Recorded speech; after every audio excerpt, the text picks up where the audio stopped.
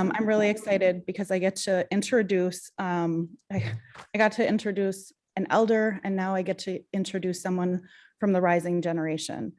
This one who I've known actually for quite a long time, since she was just little, and she's good friends with my son. Orion Dagen-Goodsk will be joining me on the stage to facilitate the panel. She is a citizen of Boys Fort Nation. She graduated from the Virginia Minnesota High School in northern Minnesota. She's extremely involved in her tribal community, the Vermilion community of Boys Fort. She helps with the powwow committee, engages in seasonal cultural activities, as we heard again this morning about kind of putting one foot in front of the other and getting up and doing the practices that are really important to us as people. She does wild ricing and netting and blueberry gathering. But she also loves doing things like snowboarding and longboarding and generally spending time in nature. In addition to just the community work and the community volunteerism, she also is really working for the health of our tribal nations and making sure that we have strong and good physical health. She is the Boys and Girls Club of Boys Fort's trail program, and she's working in diabetes prevention. So I'm really honored to welcome Orion to the stage to facilitate the next part of our conversation.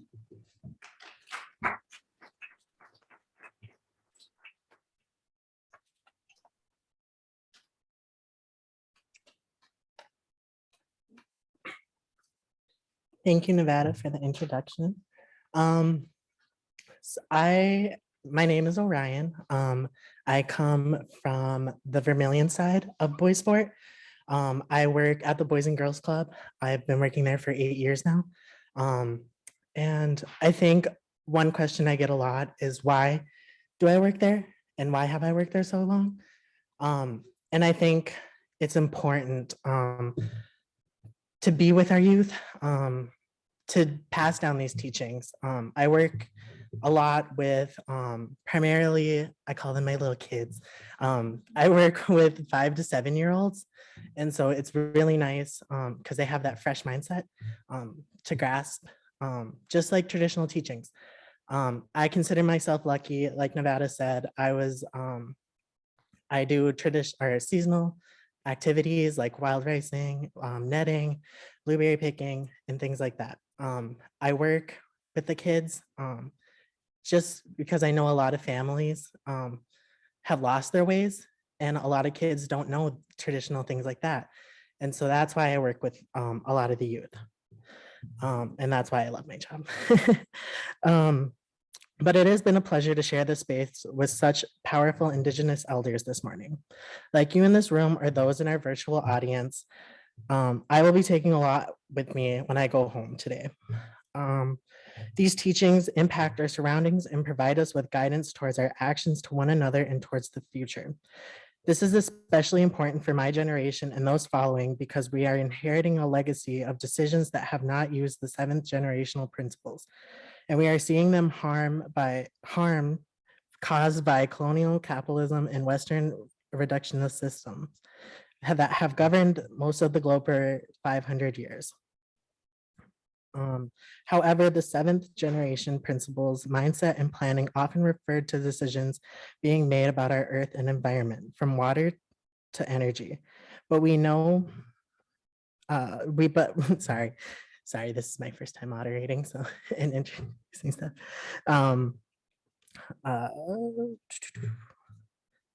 But we know that the 7th generation teachings are applied to protecting Mother Earth, but also to relationships and ensuring sustainability, not only of natural resources, but also relationships and human systems that impact people and planet. I'm honored to share this time with our amazing panelists who represent the application of these principles in their everyday work lives as elected leaders for their native nations, like Annette Johnson,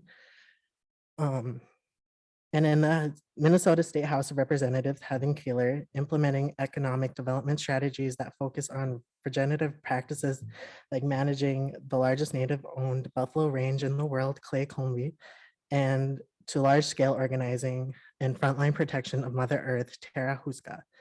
Some of you might be familiar with our panelists in their respective areas of expertise and community building work, but we are happy that they can dive in a bit deeper today into the seventh generation mindset that relates to their leadership and roles in community experience.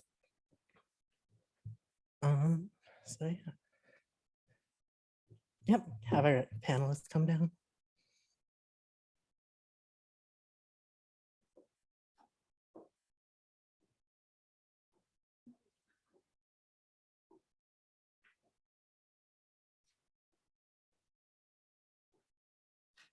Oh, and Tara's online.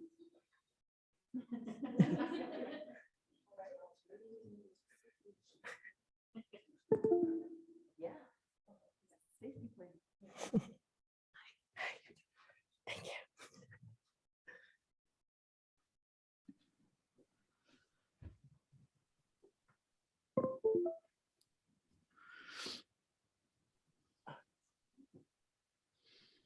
Perfect.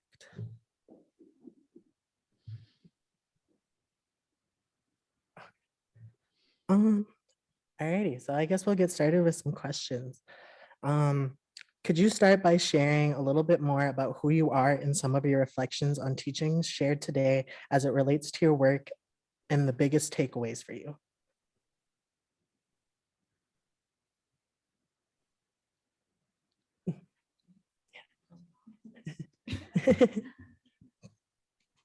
Well, bonjour. My name is Annette Johnson. My Ojibwe name is Ishkude Gijikokwe. I come from the Red Lake Nation with my home being Obashing or Panima. It's truly an honor to be here today, and I enjoy listening to the speakers before, Miss Day. I really appreciate the words you shared about the importance of the water and how our past has shaped who we are, and also to Dr. Mann, and a reminder of that we have to continue forward for generations to come. So I want to just just elaborate a little bit on some of those words. As a leader, I'm not a traditional leader. I don't know how I ended up in politics, but to those of you that don't know, I'm ending a 2 4-year term, so 8 years, and I've officially withdrawn from going on to another term because I feel there's so much work to be done, and a lot of the issues that have been raised regarding our responsibility, our children, our future, those are areas that I actually want to focus more on. So I want to say miigwech for allowing me to be part of this today, and I think that's my words on how some of these prior speakers, and I'll let the next person go. Miigwech. Thank you, Annette. We will go to Me? Yeah. Okay. I'm Heather Keeler. Ihunktawan, Eastern Shoshone. I am in my second year of my first term as a state representative here in Minnesota. Similar to what you said, politics is not where it's at for me. I never thought I was going to do this. But I grew up in a world that I didn't see people who looked like me. I was one of the first people in my family to grow up off the reservation because my mom had an opportunity to work for the state of South Dakota building the Medicaid program.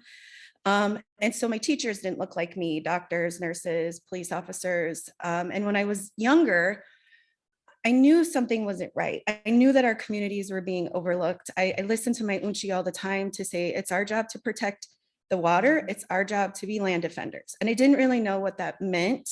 And then I grew up, and what I thought was just maybe oversight or people overlooking us was actually designed harm against our community through policy.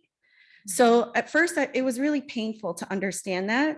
And then I transferred it into some sort of passion to ask the creator where I needed to show up to be a voice for this. And it led me to politics, which was not at all what I thought. I passed Indigenous Peoples Day in Moorhead, and my community said, why don't you go do that on another level? And I was like, you've got to be out of your mind. Like I was the Indian education liaison for 12 years, sitting in living rooms with families.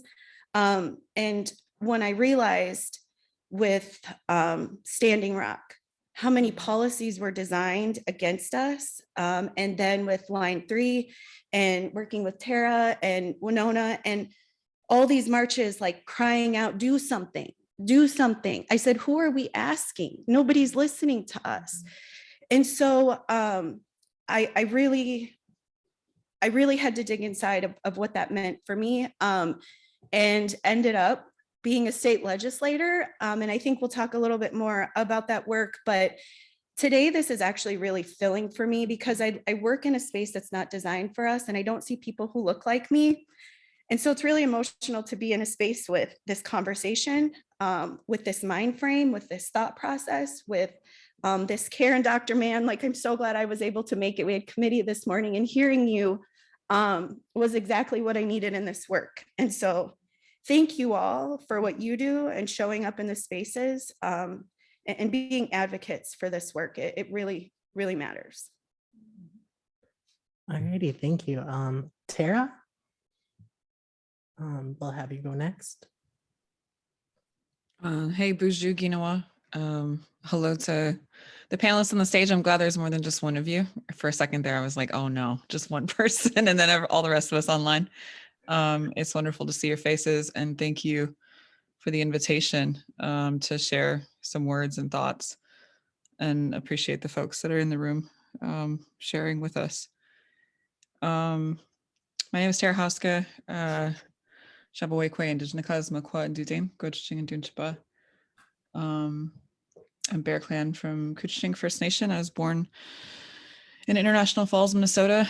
Background is a border town. So much like Representative Keeler was just talking about, also grew up in a place with not a lot of folks that look like I looked. Most of the representation in the border town I grew up in was my like cousins and family. And because we're an international border town, I mean, the res is like literally right there, but it's across an international border. So that's a little odd when it comes to a border town. My background is not really particularly knowing what I was doing. I'm the first person in my family to go to college and go to law school and all those things. And didn't really plan on going to law school, didn't think that that was in the cards, and it ended up happening because I didn't want to go to med school and I didn't really know what else to do, and took an LSAT for Dummies course, or like bought that book and then took a bunch of sample tests. That's how I ended up in law school. I literally had no idea what lawyers did. So if you're at that stage, don't worry about it.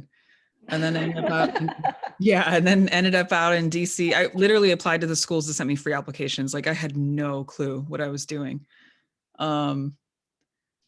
Went to DC for a while and worked on Capitol Hill, representing tribes, and worked in various clerkships through the White House, through Interior, and working directly within tribal nations. And then ended up kind of in this place where I ran into a lot of those same, the same things that so many people that work in those fields do, which is like the policies and the laws and the everything that's built to dispossess and disenfranchise Native people, and all people, really. Like, it's not just us. I mean, we're like one of the probably like we're up there in terms of oppression, but really that system is heavily designed and functions in the way that it was built, which is, I mean, you've got corporate oligarchy and corruption and all these different mechanisms that are working to dispossess individual people of their rights and of their freedoms. And that's what I saw in real time. And then these runners came from Standing Rock, and I had been going to protests on my lunch breaks. And that was where I ended up just packing my stuff up in a rental and driving out to some place in North Dakota I'd never heard of, because I saw people who were actually standing with their words, that were on horseback and standing in front of the machines. And it was something I personally had never seen before in my lifetime. So yeah, I've been there ever since. I went to law school and ended up living in the woods for the last 3 years. So here I am. And I would say a big thread of that helped shape and guide everything that I've done up to this point was also, as I was learning all these different westernized mechanisms of reform, I was also spending more and more and more time in the lodge, spending more and more time with the language and with the culture, and trying to figure out what's the best way for me to make an impact with my life and to let these teachings guide me in a real way, and ended up back with the land. Yeah, I'll leave it at that. So miigwech. Miigwech, Tara. Clay, will go to you next. Takiapi, Clay Colombe with Rosebud Economic Development Corporation, which is the economic arm of the Rosebud Sioux Tribe, or Sichangu Koto Oyate. Thank you for the invitation. Very humbled and to be part of these conversations. Again, Redco was what we go by, is basically the holding company for the Rosebud Sioux Tribe, handling majority of the tribe's economic activity. It has been in operations for a little over 20 years now. Really kind of has taken off since 2012 under the leadership of our former CEO, Weezy Little Elk, who is now working with the Biden administration. He really, jump-started what we're doing, not only economically, but also looking at it culturally and what we can do for our members, not in terms of creating more jobs, but creating the opportunities for our tribal members to be able to get the skills necessary for those jobs, which that made us spin off a nonprofit CDC in 2019 called the Sichangu Community Development Corporation, which is really looking at that. I say that, and that was about the same time that we really started taking an internal look at how we are operating and what our founding principles were going to be, namely the 7th-generation concept. In Rosebud Sioux Tribal Constitution, it is there as a guiding point for all government entities, all tribal entities, to think of the next 7 generations and what we do. So we took that to say this needs to be the guiding principle for every decision that we make on all of our planning and what we're doing. So it's something that we are, again, trying to live every day professionally. And I think for a majority of our employees, if not all of them personally, what is the foundation for the decisions that we're going to make? So it's, it's definitely, again, something we are living and breathing, which is great. Give us, our purpose. And yeah. Very excited to be here and to continue this discussion.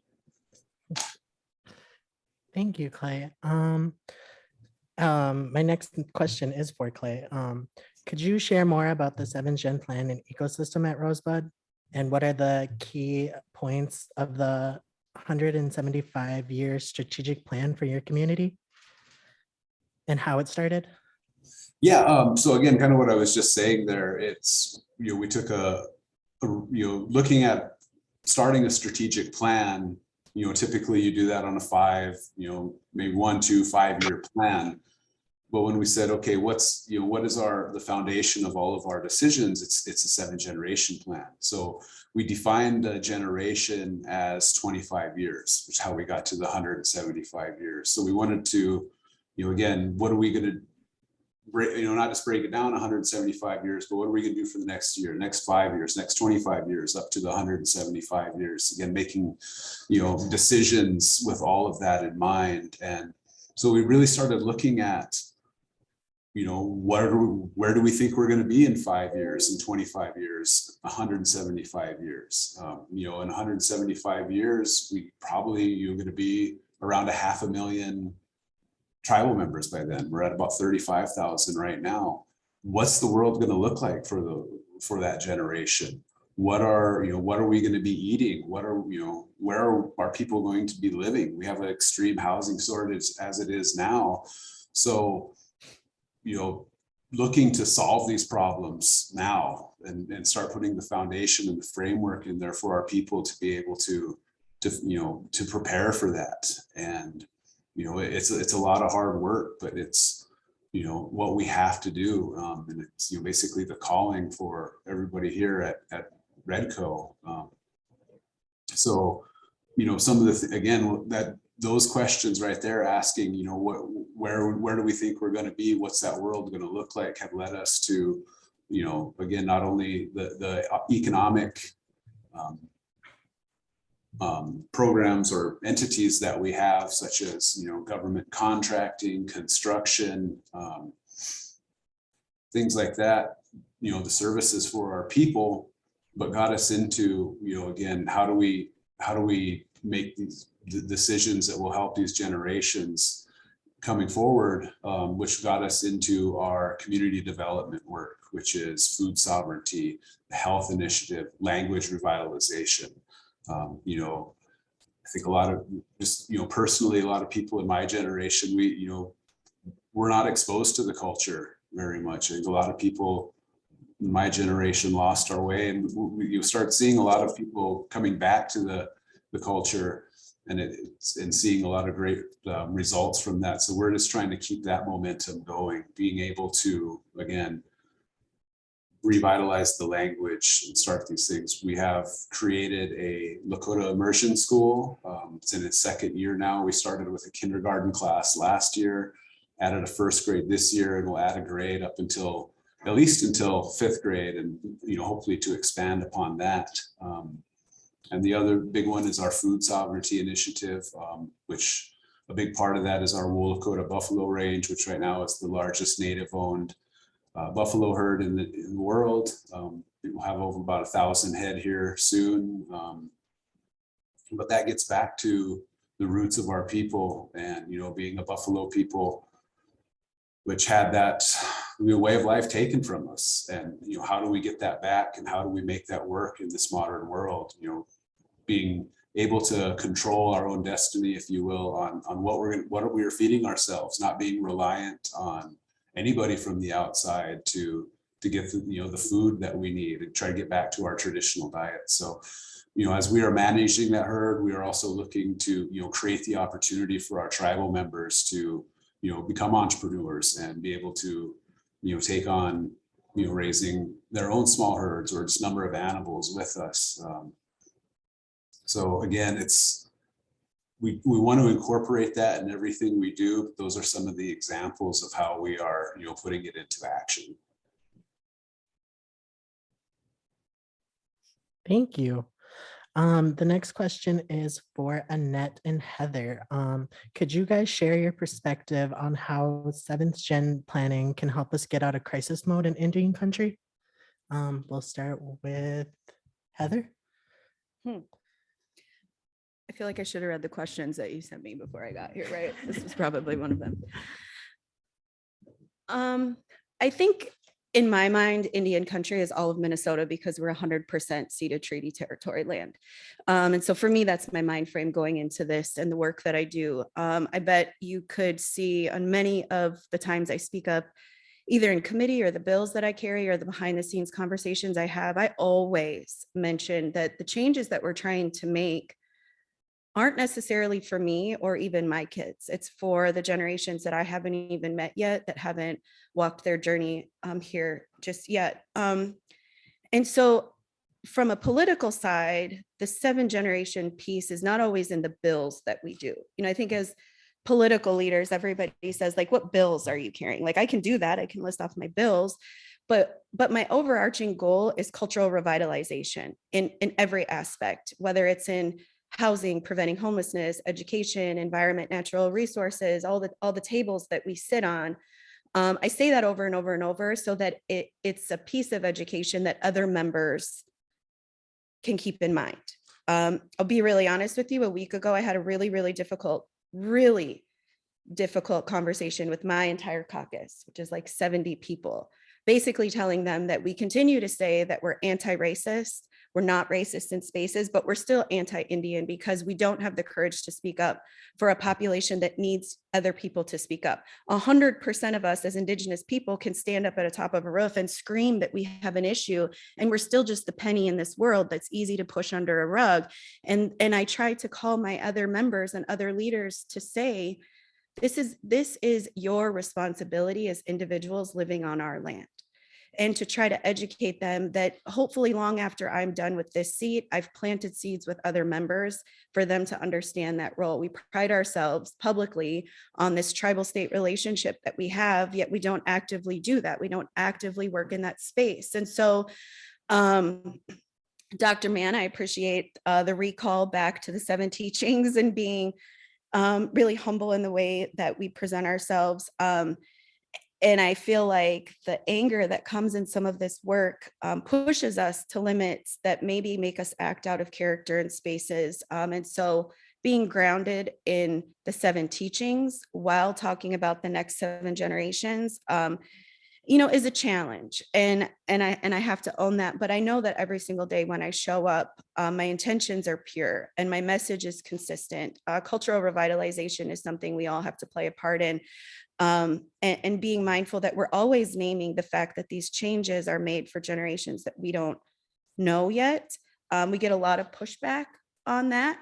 It's interesting what happens when you try to rock a boat that was never designed for you. They don't really love that very much. And so representation in this space matters. I talked about it from a teacher lens. I've talked about it from a healthcare lens, a housing lens. But when I talk to Native people and I say, would you join me in this journey? Because it's me and Jamie Becker-Finn. And I'll tell you what we did this morning. We had a committee this morning in Environment, Natural Resources. And we have a bill that is requiring a cleanup plan when a pipeline is abandoned. And it's amazing how much pushback there is to that. But me and Jamie can't do that alone. We're the only 2 Indigenous women fighting in the state, the House of Representatives. And when I ask people to join me, the number one response is like, well, I'm not getting into that world. I'm not going to do that kind of politics. But we almost have to. We have to put ourselves into that world to change policy that's actively working against us. And representation in that space matters. And it's hard. And even as like a sisterhood, I smudge every single day in my office because I can't go anywhere else to do that. And I'm educating other people what that medicine is like and why we do that and why it's important. It started 2 years ago. People were like, ew, what's that smell? To now like, can I come in? Can I join you? Is it okay? So I think we are making shifts, but we need more people to join us in that space, in that representation. And I'm here to leave breadcrumbs because I don't want to do it forever. So would love to have other people join in that movement. Thank you. Annette? Okay, I will try to look at it from the tribal lens. So from a tribal leader standpoint, you're working to make decisions and policies that affect your people and your communities. So from that 7 generation, I guess I have a slightly different approach to that because I often have to use, who am I? What is my purpose? And what do I expect to accomplish? And I know I can't solve everything. It involves other people too. So I look at the 7 generations, I think back to 3 generations prior to myself, currently where I'm at, and also 3 generations ahead, because I know that a lot of the things from a leadership standpoint in tribes, we have a lot of unresolved traumas. We're currently in the self-determination or rebuilding era. So I think personally having that understanding of the federal Indian policy has helped me to understand and help to shape any decisions that are made. So I know leaders, our community people, they want things immediately, they want things yesterday, and a lot of things you can't affect change. We have to fight, or we have to work with other agencies, governments, and it's very slow to change, to make any changes at all. But what I want to touch on too within the communities, and I think that's something that I try to stay focused on is, you know, it doesn't just take a leader to make that change. It involves the people. And trying to, even this education system we speak of, you know, we're challenged too. COVID just really amplified everything. You know, our children are struggling. Yeah, I was here about our own district, you know, we're at the bottom of the barrel, but it's like we have some intelligent, you know, valued children in our community. Why doesn't the education system change? I have children in a charter school in Bemidji, and they will work wonders. My kids are, you know, doing really great work. And I hear of like our athletes back in the community that are, you know, they're being benched because, you know, they're not keeping up with the grades. It's like, how can we better support our youth? You know, they're the ones actually that I'm concerned about, and decisions made. I know, you know, of course we have our elders, our others in betweenies, and then we've got the youth, and then we got the future ones that to think of. But there's so much more work to do. And sometimes I feel as a tribal leader, you know, I'm challenged because we have systems, processes, and just things that you can affect. You know, they're like, you take one step forward, you know, you have a legislator, someone that's going to carry something that you want to do, and then there's always pushback or things don't happen immediately. So those are some of the frustrations. But like I mentioned previously, you know, I too have really looked at my own internal teachings. Recently, I'm a lodge member. I participate in a lot of our community ceremonies, gatherings. Last night, in fact, a delegate of Red Lake people came down to the Indian Center, and we held cedar ceremonies. So, and I was just amazed at the turnout, because it just shows that our people really need things happening. You know, there's so much things that we don't know the person's faced with, or maybe they don't even understand yet. So, and as myself, I didn't really explain, but I grew up in this Twin Cities area. And when I use that 3 generations back, I grew up in a system where I was the only person of color. I was always told, you're never going to be anything, when I switched over to the public school. And that actually pushed me.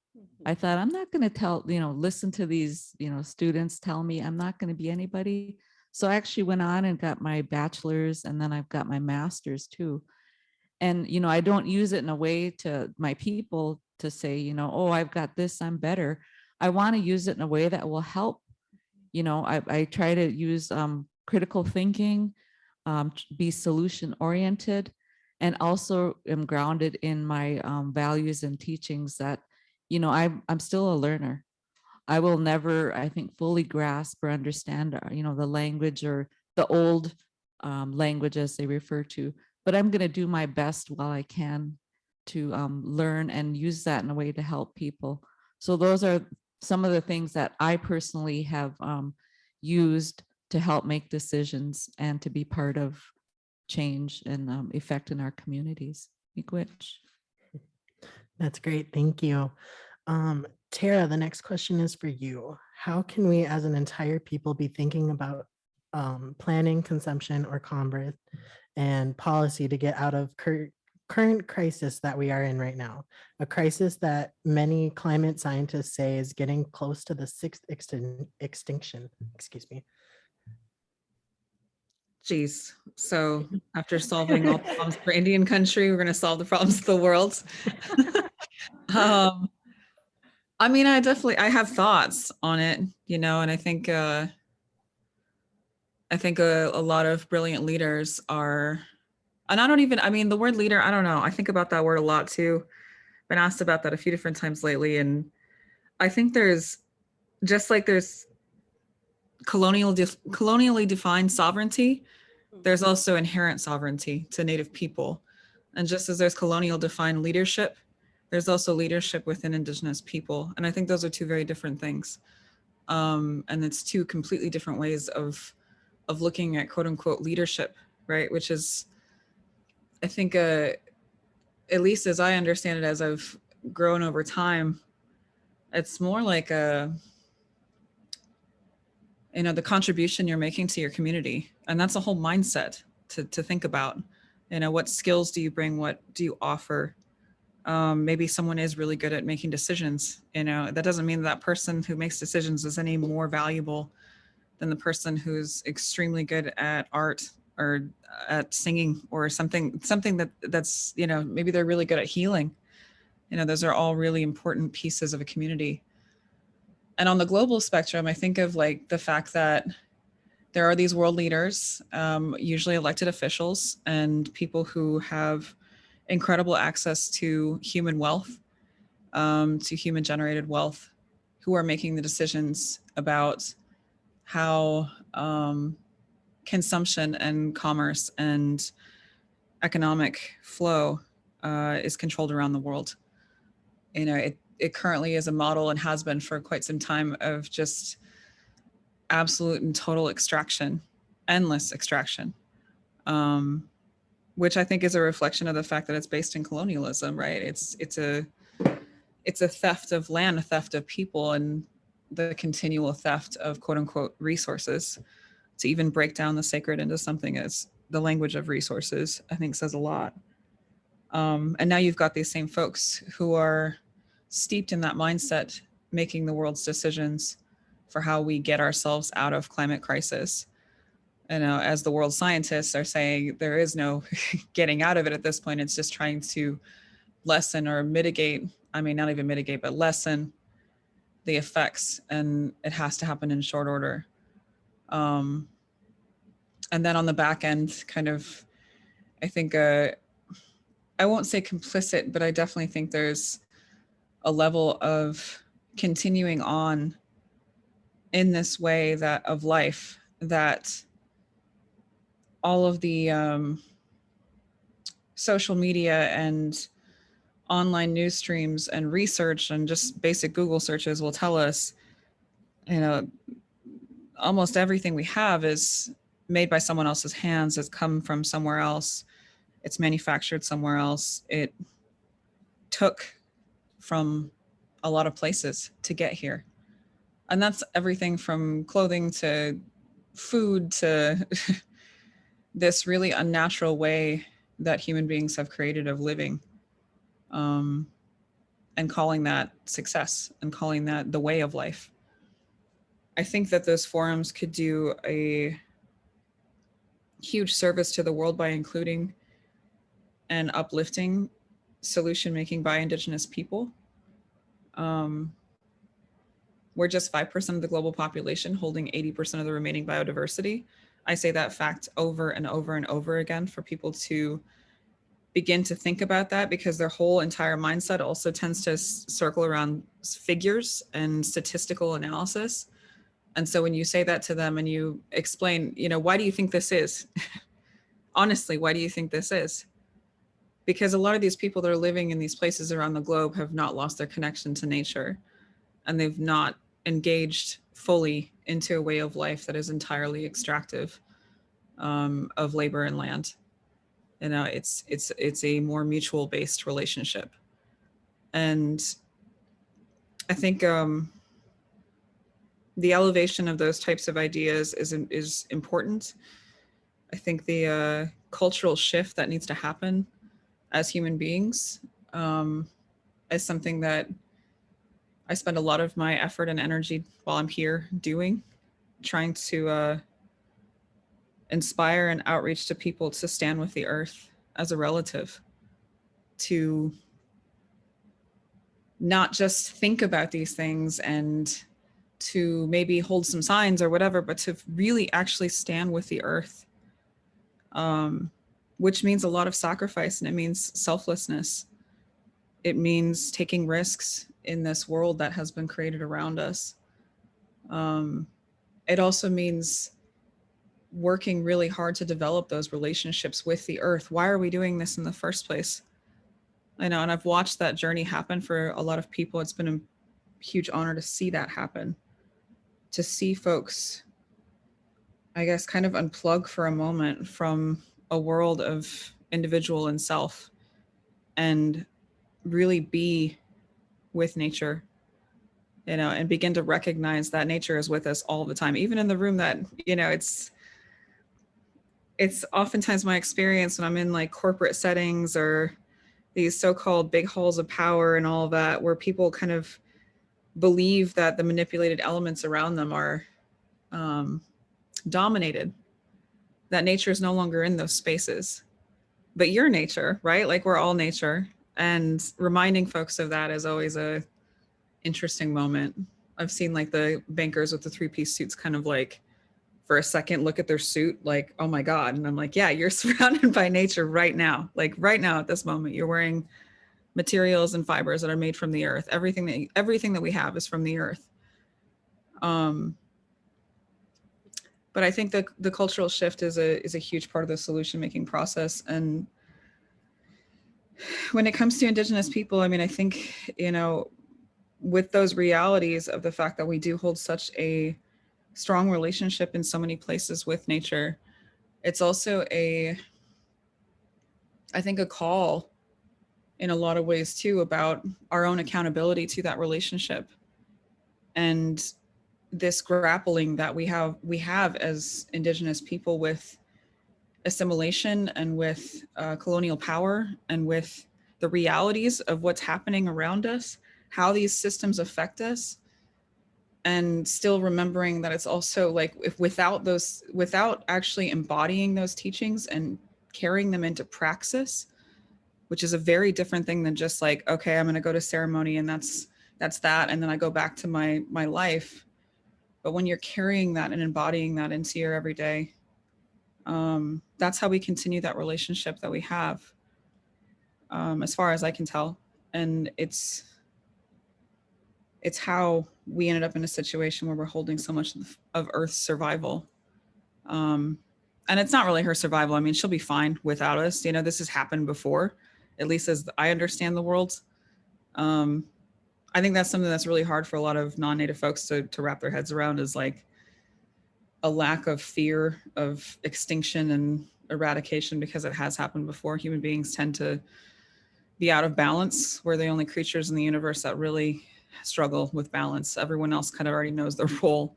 It's just us that's constantly trying to slam our heads against beliefs of ego and self.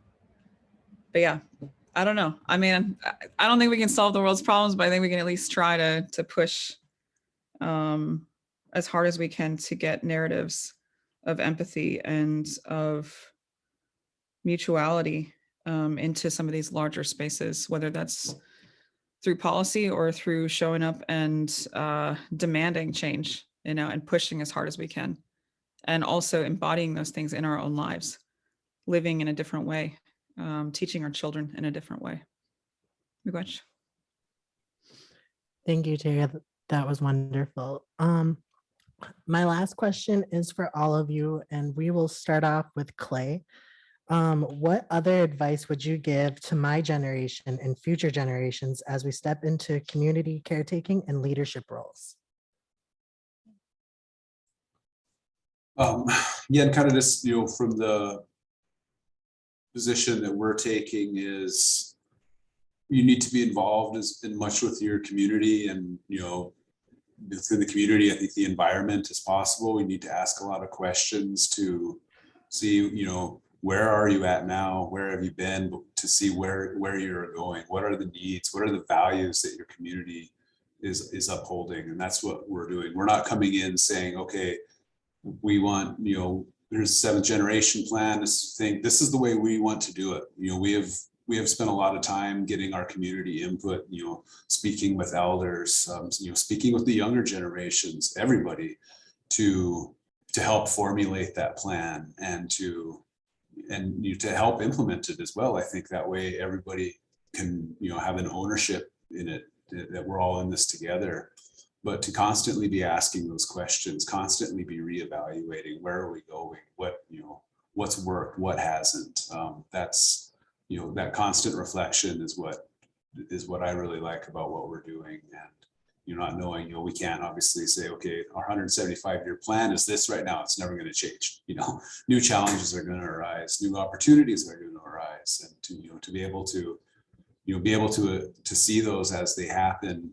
But again, to, you know, hold our community's voice and input, hold the value in that and be able to understand that to help, lead where we're going. Thank you, Clay. We'll go to Tara next. Oh, geez. Can you repeat? I was listening to his answer. What advice would you give to those in my generation and future generations as we step into community caretaking and leadership roles? Oh, all y'all. Mhm. I mean, you got this. No, you do got this. You have to have this, right? Like, I mean, that's kind of like what happens. Yeah, I don't know. I mean, I think I'd say from my own personal reflection, don't be too hard on yourselves if you don't know the answers and you are struggling with what do I do next? What's the next step I take? How can I be more impactful? Is this actually working? Am I failing? Maybe you get fired or something. I've been fired before and you feel like, oh no, everything's lost. Or I didn't succeed and I didn't get straight A's or whatever the hell it is. To not put those things on yourself so intensely and think about instead more of focusing on the what you bring to your community. What is it that you individually, and maybe you don't know the answer right away, and that's okay too, to not have like the what am I best at. I mean, I think we're all in a state of learning. We're supposed to be students our entire lives, right? Like that's a lesson in humility. That's what every lodge I've ever gone to is. The whole thing is around those basic concepts of we're just pitiful people trying to figure our way through this way of through life. So think about those relationships that you can build. I think one of the most valuable lessons I learned in a place like DC, where everything is so transactional, was actually just meeting people with care and kindness. Never discarding any relationship, like when it comes, I mean, if they're not healthy, yeah, but I mean, the staff are, you have no idea who they might be at some point, and like how they might be able to be helpful to you and also like teach you something, or, you might be able to help them at some point, and building those relationships and respecting people, meeting people where they're at, and ensuring that you really do try your best to have strong connections in community. And if you don't have those, if you are in a state of reconnection or something like that, I mean, I think we're all reconnecting in some ways, right? We're all struggling to recover the things that have been taken and lost and fought for. But to put real effort towards that, especially if you're going to speak out and be a person that is working for your community, to really think about making those connections as strong as possible, and to be accountable, and to be accountable to yourself, to be accountable to what you stand for and what you care about, and yeah, to let yourself screw up too, because that's part of it. That's part of the journey. Miigwech. Thank you, Tara. We'll go to Annette. Okay, one thing I thought of with that question is advice I would give to our younger generations is to pay attention. I know personally I've got teenagers and their friends, and they're always, I said, I don't know if some people know about Red Lake, but we're considered a closed reservation, and we have a great natural resource, the lake. And I tell my children, I fear one day that, they'll be able to talk as they're older and say, oh, one day we used to have this lake, it was all for ourselves, for our use. And now look at it's opened and it's, there's development. So I tell my children and their friends, you got to be careful, because our ancestors have really held this near and dear. So pay attention to things around you. It's okay to, maybe have that, I don't know, that communication, but you have to have that balance too. You have to remember who we are, and also to be respectful and mindful of our teachings. I noticed that there's actually been a kind of like a resurgence with youth in our community, like they formed a council. So I probably encourage, to get involved with it. It's a small group, maybe 10 to 20. And I thought, I know we've got more youth than that.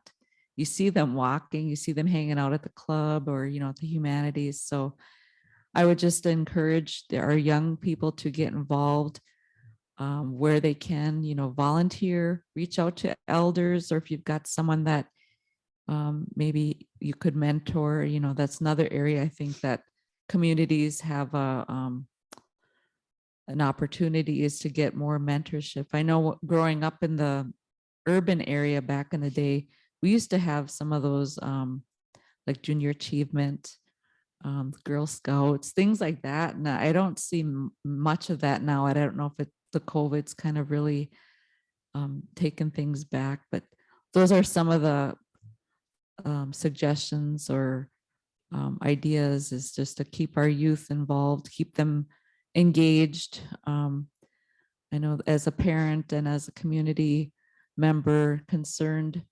that's actually probably going to be putting a lot more effort into that type of focus with our youth, because I think they're precious, and I think they deserve it. There's so much mental health issues in our communities, and we don't have enough resources or ways to fully address them. So I worry and I care about them and their future. Miigwech.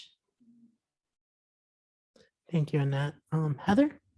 I'm going to second what Tara said. Y'all got this, right? So I agree with everybody. I am going to add kind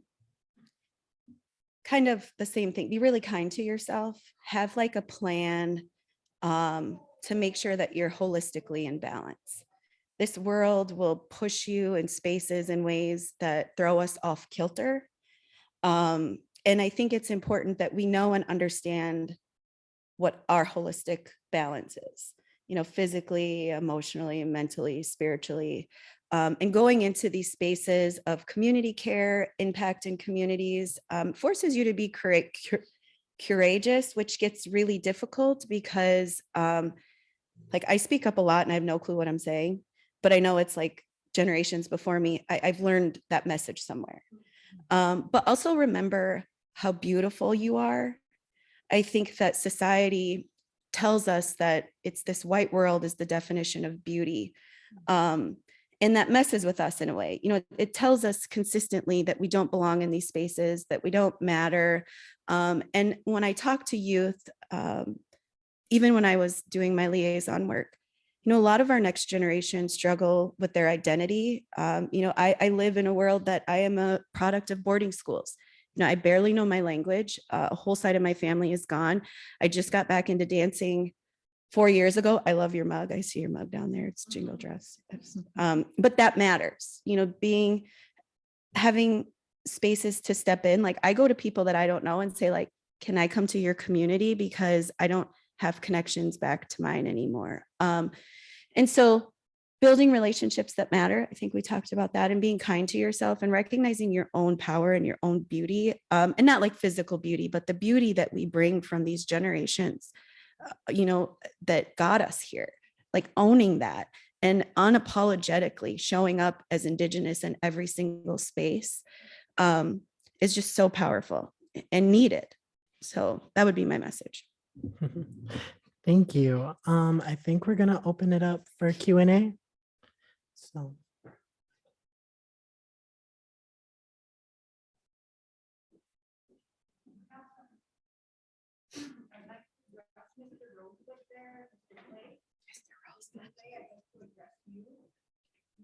Our tribe, the Wallopi tribe from the Pine Ridge, where we're currently against the pipeline that's going into Rosebud, and the Martin people close to the Rosebud borderline have just one little community have signed to take that pipeline into Rosebud. Now, you guys are all powerful people. We're talking about water, we're talking about life, and you have preventable measures that you can take in regard to that pipeline. I heard about this pipeline through Florida, through some Army people, the Army Corps of Engineers, who are making it sound so pliable and so financially wealthy for the people of Pine Ridge and probably Rosebud too, because we are both, I am from there. We have relatives in Rosebud and we're poverty stricken. We don't have water. We don't have the things that are offered here in the city. So you people, as who you are, have preventable powers that can stop this climate change, this climate destruction. And I want to know your exact, real, true stance on this.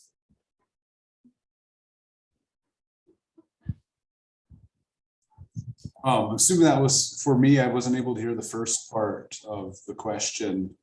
Yeah. But is it what we're doing to prevent climate change and prevent like things like the Keystone I'm XL? talking about the pipeline that's going to change the water and the ecosystem on our properties. There's a small community that borders to the Rosebud from the Pine Ridge that voted to take that pipeline into the Rosebud. So the Army Corps of Engineers is trying to get us to jump on a bandwagon and do this, and we're saying no. But a tiny community in Pine Ridge, the Martin community, they voted for it because they're so far out, just like right brought up against the Rosebud, and they don't have the economical or anything like the Pine Ridge does. So you people are in power to stop this. What is your stance on that exactly? I'd like to know so I could answer these people who call me from Florida. Yeah, the Rosebud Sioux Tribe and Redco's stance on any of the pipelines that came through is no. We're not available or not.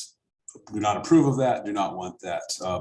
Again, we're looking for solutions to get back to keeping our anything that we're going to do development wise, again, to try to live in harmony with the land, try to keep that balance in there, and seeing that as absolutely not the right way to do it. So yeah, the tribe, all of the Rosebud Sioux tribe has been against the pipelines, period. Thank you very much.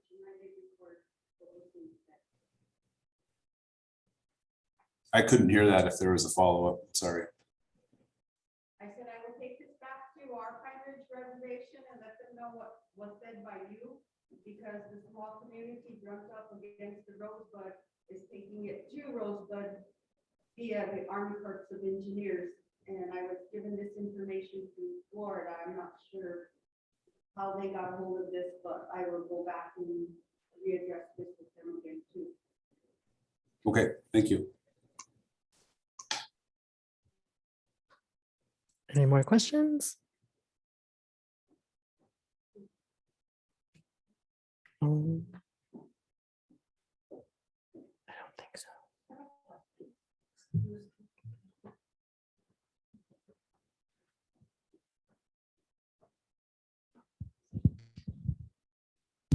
Thank you for sharing today. My name is Delilah. I'm a member of the Turtle Mountain Tribe, and I work at the Indian Health Board, and I'm a student here at the Masters of Public Health program. I've heard a lot of people about paving the way in education in places and systems that were not made for Native people. It's one of the biggest challenges, I think, for us moving forward. And I think about my next steps in my career. People ask me, are you going into education? Are you going to go get your PhD? What are you going to do? And I think to myself, I'm safe working with my community. I'm safe surrounded with people like me. And I said, academia was not made for me, and it's very challenging to be in that space. But here I am surrounded by people who are paving the way in education, in law, in state government. And I just think to myself, am I taking a safe way into where I'm comfortable? And what kind of advice do you have for people like me who are kind of becoming leaders, trying to be leaders, but are afraid to be in those spaces? Because there's a lot of people out there like me who do not want, it's scary, it's a scary place to be. But I also feel that if we don't do this, how are we going to help the next generation coming along? So do you have any advice for me in that area and other people and youth who are scared to be in that space?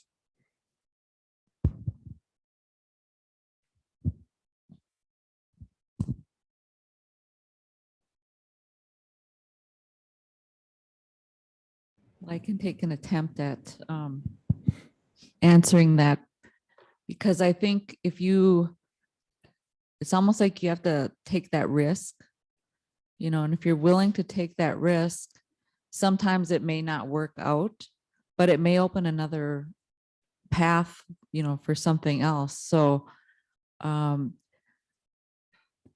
know working in the Indian community, it appears like, you're okay. But if you're looking for something else, maybe reaching out to like a Heather or Tara or someone else, that might have taken steps to do something, maybe not in that direction, but would have advice. I think I found that was always helpful, to have someone that would kind of give you some support or words of advice on, what to do, or the career path, the right thing to do, I guess. And then just maybe taking that risk, or, making that action, that change for yourself, for the betterment of your future, your family. That's how I would look at it. And it just depends on your own personal path, or, what you're leaning toward. Yeah, I think to add a little bit too, when it comes to deciding to step out into those spaces, sometimes it's not always intentional, right? Like it's almost like those spaces are pushing in, and so they're right there, and that they're affecting and making a an impact on your people and your life and your family and your friends and your relatives and all that. And so, yeah, I mean, I think it's always, as in so many things, it's a balancing act more than anything. Because those spaces are toxic. Those spaces are oftentimes disempowering. They're also very alluring. I mean, you can lose yourself in those spaces. And I've watched that happen to our people before. And I've watched people transition from becoming an advocate within a system to then sitting across the table from their own people. And there's a distance between, and it's almost like, no, now you're the opposition and I'm part of this. And that's dangerous too, right? Like we don't want to lose ourselves when we are in those roles. But I think it is possible to maintain, your integrity and your truth and what you're trying to do. In this case, you're talking about education and making it more accessible and making it more, not so hard for our people, right? I mean, the dropout rates are high for a reason. I almost dropped out of college multiple times when I went. It was a really tough go, I mean, and it still is.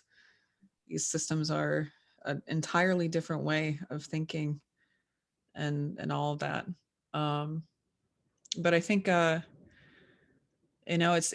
requires a lot of self-care, and it requires a lot of, at least in my case, I go to a lot of ceremony to keep myself able to keep going into those spaces, to hold space there, because as was said earlier, it can make a huge difference that you were there in that moment, in that time when something was about to be decided that impacted your people so greatly, or impacted your issue area so greatly, and you weren't there.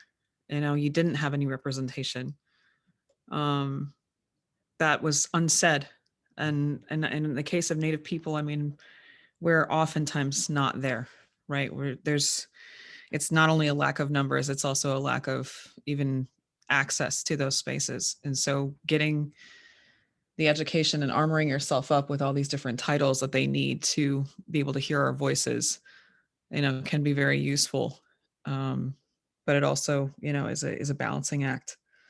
So I don't think working in community should be viewed as necessarily even like the safe route. I mean, you're still going to come up against all of it in different facets, right? Like you're still going to have impacts that you'll have to deal with whether it's federal dollars and all of that, or you know, the play of politics and councils and everything, right? And also the relationships within, you know, those things are always present. So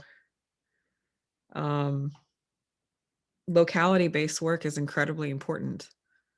It is so deeply important. I mean, I think with all the different folks that you're hearing from, you know, we're all working in different spaces, but all towards a very similar thing, right? Which is the betterment of our people, or at least like the support of our people, you know, the survival of our people. But it's all coming at different angles. So like, you know, if you don't have a healthy home and you don't have that foundation, you know, in community, then, you know, what are you out in the world trying to protect, right? Like there has to be a balance between all of it. So working in community is not necessarily, I mean, I wouldn't characterize that as being safe, playing it safe, you know? I mean, it's all important.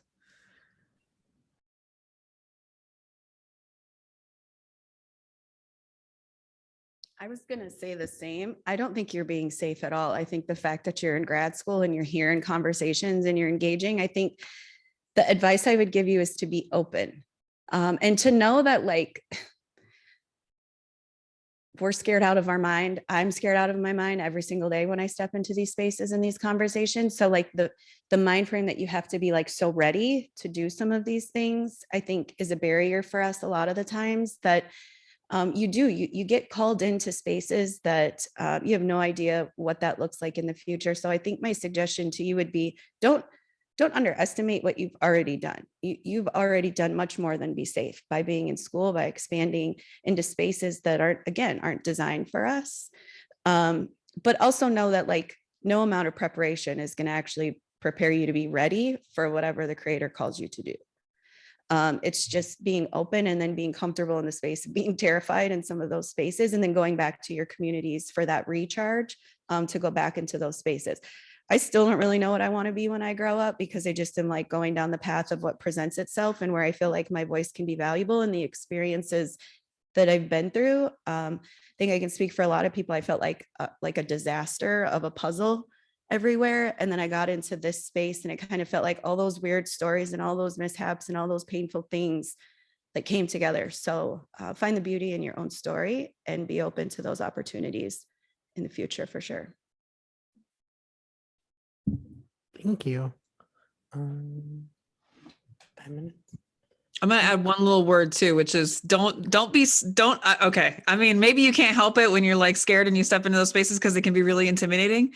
But the way I do it is like always remember that every single person there is a person, right? No matter what their title is, and no matter how much money they have, and no matter if they're like famous or whatever the hell it is, they're still a person. Like they're a person who's gonna live and they're gonna die, just like every other person that's ever walked the earth.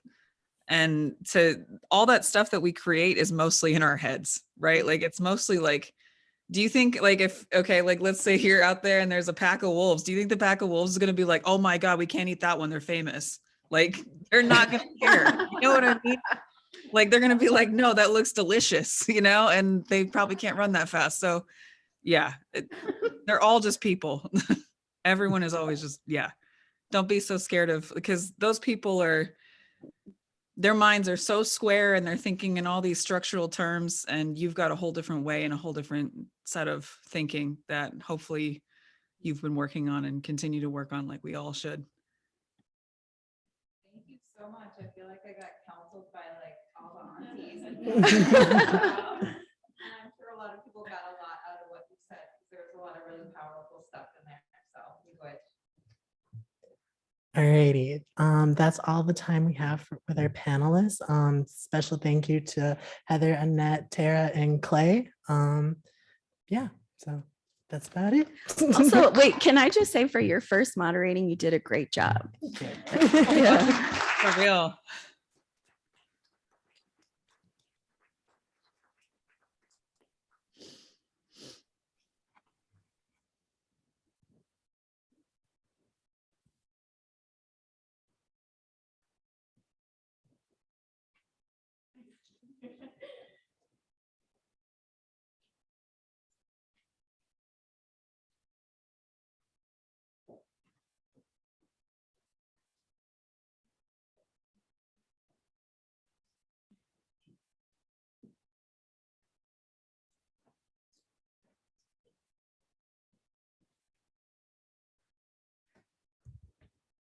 Bonjour, we're still here. And I'm just, yeah, so like energized and recharged. And I'm sure that feeling is going throughout the room and the virtual room as well. And I am Nikki Paradas. I'll say bonjour and Dinwe Maganaduk, Wasi Gijikuk, Indigenakaz, Makwan Dudem, Onamanese, Agigung, and Dunjaba. So my Indian name is Bright Sky Woman. I also go by Nikki Paradas. And I'm Bear Clan, and also like Orion and like a few others from Boys Fort. We have almost half our tribe is in the room today. Just kidding, we're pretty small. But I also have the honor today of introducing Vanessa Good Thunder, and she is Dakota from Lower Sioux, but also Dene, and I will let her do a more proper greeting in her language and tell us more about herself. But we discussed like how badass it would be if we could like have theme music as she were to come down, and we talked about the Navajo or Dene MMA fighters, right? Nico Montano and being able to like call on that music. So just pretend that music is being played as Vanessa steps down and joins me on the stage. And I know that that MMA fighter has also played Keith Sikola's Indian Cars as she's come into the ring sometimes, and that's also from Boys Fort. So another gift to the world. Very proud of Boys Fort today, but and all of us, and I joke around a lot, but for those of us that know Vanessa or even just know of Vanessa, right? We just stand in a lot of awe of what you've already accomplished and the fact that you have so much more time ahead of you. And you've been a policy advisor, right, to Governor Dayton in the past. You're a strong Dakota language advocate and working with our youth. And right, her time on this earth is really strengthening those pathways for our youth and those next generations. And in doing so, she's facilitated a large statewide Minnesota tribal youth gathering just a few years ago to amplify the positive work that Native youth are having in their communities. And in this work, she now leads and has founded Lower Sioux Early Head Start and Head Start Lakota Language Immersion Program. Last night, I had asked her to record a voice memo so that I could pronounce it correctly. And then I realized those voice memos erase over. So I'm going to let her properly also introduce the school and the program that she started, and to honor her work in Dakota language revitalization. It's very cool. As there's a Sharon Day in Minnesota, there's a Vanessa Good Thunder Day every year on December 8th. So I will now kind of step to the side, and we can greet Vanessa in a good way, and she'll share her story and those of her community and help further ground us in these principles and their future application. Chimagwech.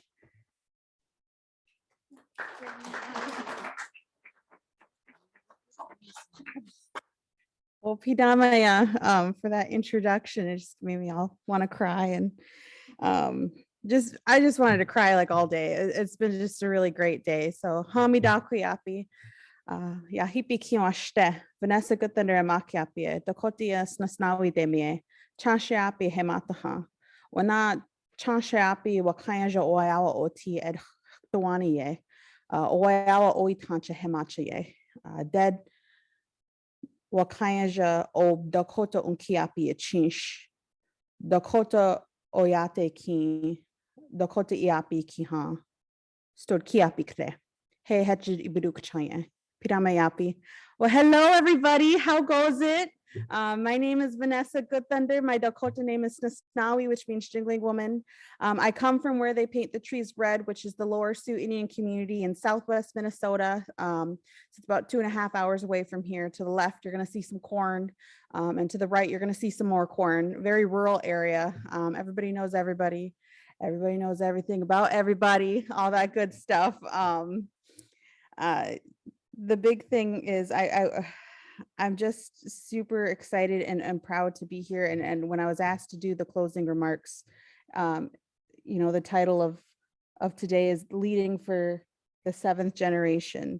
And so that's a huge undertaking. What will you do for the next 7 generations?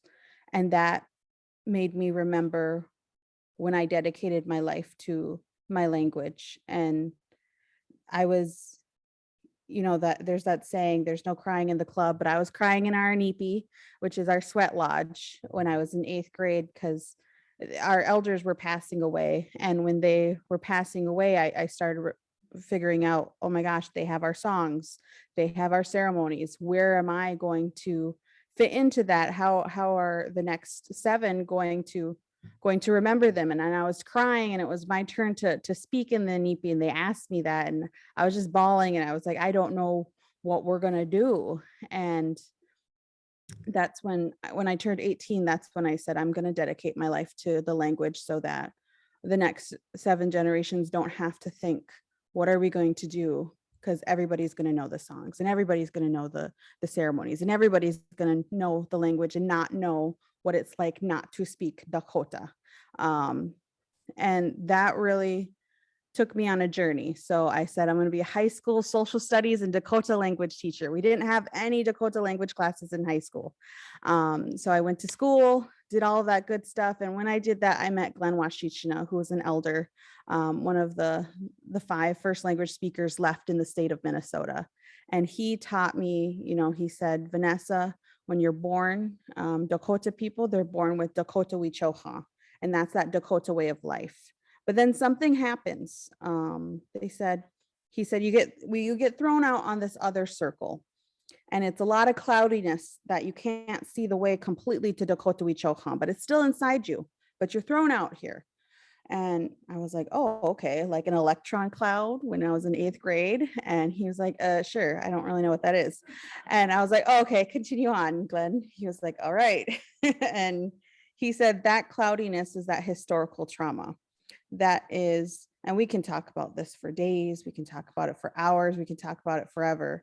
Those historical trauma events, the genocide, the exile, the 38+2, we can talk about all of that. And that's why it's cloudy, and we don't have our Dakota Wichoha. We can't see it clearly, but it is always within us. But when you learn the language, he said, that has our sense of belonging in there. It has our ceremonies in there. It has everything. It has our astronomy in there, Vanessa. It has our geography in there, Vanessa. It has our worldview, he said. And slowly you're healing from that historical trauma. And slowly you're getting back to Dakota Wichoha. And that's when I knew the language was where we were going to heal from historical trauma. And that's when I knew that was the path I was going to do with my life. And everybody says, okay, Vanessa, that's great. When do you get to Dakota Wichoha? I don't know. I'm only 28 years old. And I'm not sure, but all I know is when 1978 came, I was not even a thought. The American Indian Religious Freedom Act was passed. And that's when it wasn't illegal anymore to be who we are and practice our ways. My dad and my mom remember that time, and they remember there was no sweat lodge. There was no Sundance on Chanshayapi at Lower Sioux. And when I was born, 1994, making the world a better place ever since, hopefully, I didn't ever have to go without it. I always knew where the NEPI was, the sweat lodge. I always knew where the Sundance was. I never had to live without, and my parents remember that time that they did have to. And so that's my chosen path, is to build this school. And it's a birth to 5 Dakota IAPI, Dakota language immersion school, so that those kids never have to know who they are. They never have to wonder. They'll always know that, and they never have to not know their language. And doing that, it wasn't easy. I remember what Tara said. She said, I didn't know what I was doing. Nobody knows what they're doing. So how did I become a director of a birth to 5 Dakota immersion school when my path was to be a high school social studies and Dakota language teacher? Life. And so I did all the things that they said. I got the bachelor's degree, I got the master's degree, I was ready to go. Well, then I went to the Young Women's Initiative with the Women's Foundation, and then with Governor Dayton and Lieutenant Governor Smith office. And they're like, does anybody else have anything else to share? And everybody was like raising their hands. And I was like, oh, you know what? It's all about women empowerment. And I really wanted to teach the story of the Crow Creek women during the US Dakota War, and how powerful they were, and how I hold that strength within me. And that's why we have to continue on. And that's just what we've been doing as a people leading for the next 7 generations. So finally I raised my hand, and I was the last person to get picked. And I stood up and I spoke for 5 minutes, and about 2 days later, I got a call and I got a job offer. And they said, we really like you to be the aide to the chief of staff in the office of Governor Dayton and Lieutenant Governor Smith. And we'd like to learn more about tribal policy from you. And I was like 23 years old. I was so nervous. And it was because I raised my hand that someone saw me and saw what I could bring. And just do that. Even if you don't know who you are or what you're capable of, other people are seeing it. Oh my God, and I'm getting all emotional. Sorry, I'm sleep deprived. I got a new puppy. And then I remember that. And I remember, okay, I want to keep continuing my language. Well, I went to the school district and that I grew up with. And I went to the superintendent who I knew my whole life. And I said, I got the degrees. I've been working at the office of Governor Smith, and I'm ready to be a high school social studies and Dakota language teacher. Give me that job so I can teach these kids. And he said, Vanessa, your goal and what you want to do, you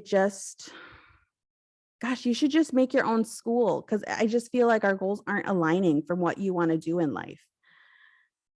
And I was pissed. I was so mad. I was like, I did all the things that you asked of me. And so I said, okay, you want me to make my own school. So I did. We wrote a 200-page grant, and we opened doors August 2018, and we are super excited. So yeah, I think it's important to work with people, but it's also important to know who you are and not let anybody change that.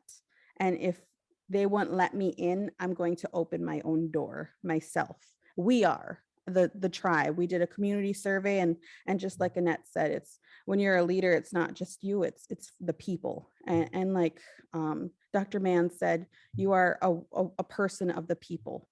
And you come from them. So we work together to do that and to open that. And I was talking to Nikki about what I was going to say, and she said, you never need to be scared or ashamed from what motivates you. And anger motivated me at that time. And I think about what Representative Keeler said, that you do have that anger, but you have to center yourself with your teachings. And I try to continue to do that. And I think about this activity when I try to center myself, because sometimes it's exhausting trying to lead for the 7 generations. This is a lot.